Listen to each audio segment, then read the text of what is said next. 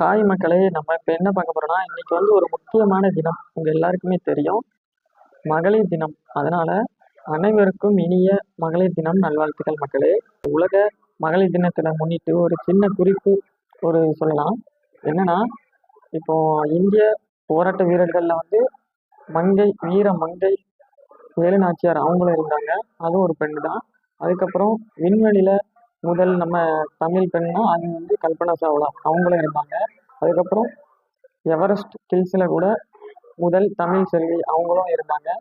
இப்படிப்பட்ட நிறைய இதுலேயும் பெண்கள் இருந்தாங்க. அதுக்கப்புறம் இப்போ வந்து தந்தைக்கு மகளா, அதுக்கப்புறம் அண்ணனுக்கு தங்கச்சியா, தம்பிக்கு அக்காவா, அதுக்கப்புறம் 10 மாதம் கருவில் சுமந்து பெற்றெடுத்த தாய் வந்து நம்ம தெய்வமாக நம்ம வணங்குவோம்.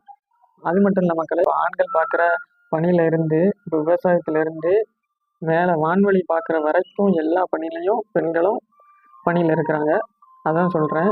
இப்போ எப்படின்னா ஆண்கள் அப்போ நாங்கள் எல்லா இதுலேயும் இல்லையான்னு நீங்கள் கமெண்டில் கேட்பீங்க.